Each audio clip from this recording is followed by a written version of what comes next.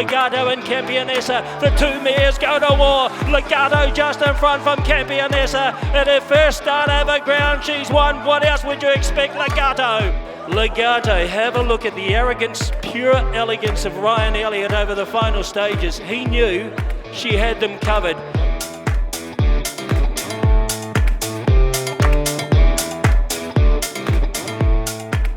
Ken just sent Legarto out to her paddock. Well, she looks great, doesn't she?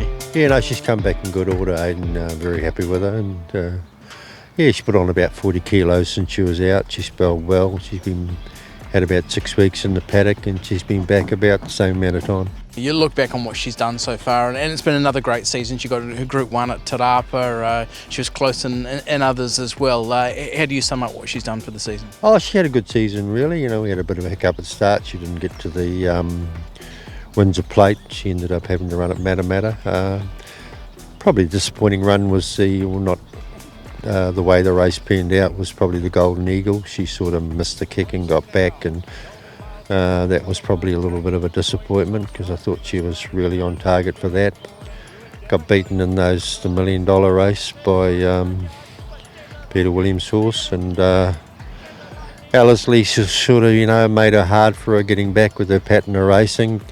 And of course she bounced back and won the Herbie Dyke, which was her first run over ground. The same thing happened again then when she got beaten by El Vencedor at Auckland. But overall form was good all year, really. What was great was winning the bonus. It was 500,000. So, with the bonus now, her stake money earnings are around about $2.5 million. So you can't complain, can you?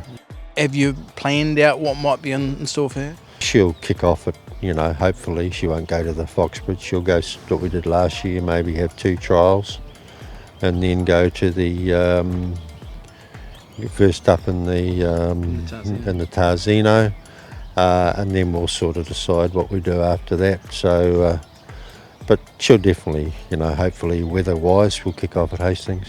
Has she been pleasing you with the way she's come back to the training track? Yeah, she's enjoying her work. She's working good. She's had a couple little 3/4 pace evens work this time in. So, we sort of pick and choose our tracks to work on. It's not easy this time of the year, with sand tracks and things, but we sort of, we get a nice track, we'll do a bit of work, and hopefully, as I say, the trials are a little bit of a up and down at the moment. You don't know where you're going to trial, so you just sort of got to work through those, and hopefully the weather comes right and you get a bit of work into them. But at the 150, Alabama Lass, she is off and gone here. Alabama Lass and Sam Spratt will make a very impressive winning debut. Has absolutely bolted in. Alabama Lass did everything like a professional. Sam Spratt had her pinging from the gates. She was great in a couple of starts last year. Has she returned?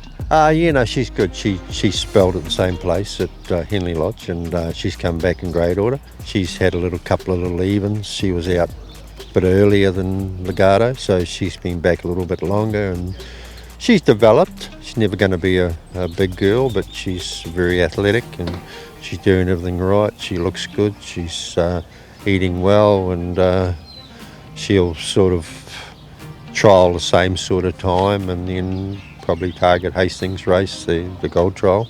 Of course, she'll have an arm in the 1,000 guineas, just sort of those early 3-year-old races. You've had a lot of good fillies come through. How do you rate her? Oh, pretty highly, really. I mean, I'm not saying she's abounding, but she's, her win was very impressive at Matamata, and then I stuck to her guns really well in the breeders. So she won 2 trials before that. So going into the breeders, she was unbeaten. So no, I rate her quite highly. She shows that general development from 2 to 3. Well, she's quite exciting. Keep on getting these horses coming through. I guess that's going to get Pete pushing that retirement further and further away, is it? Yeah, looks like it. But then I look at Cliff Goss and 92. I'm like, geez, I got a bit to go.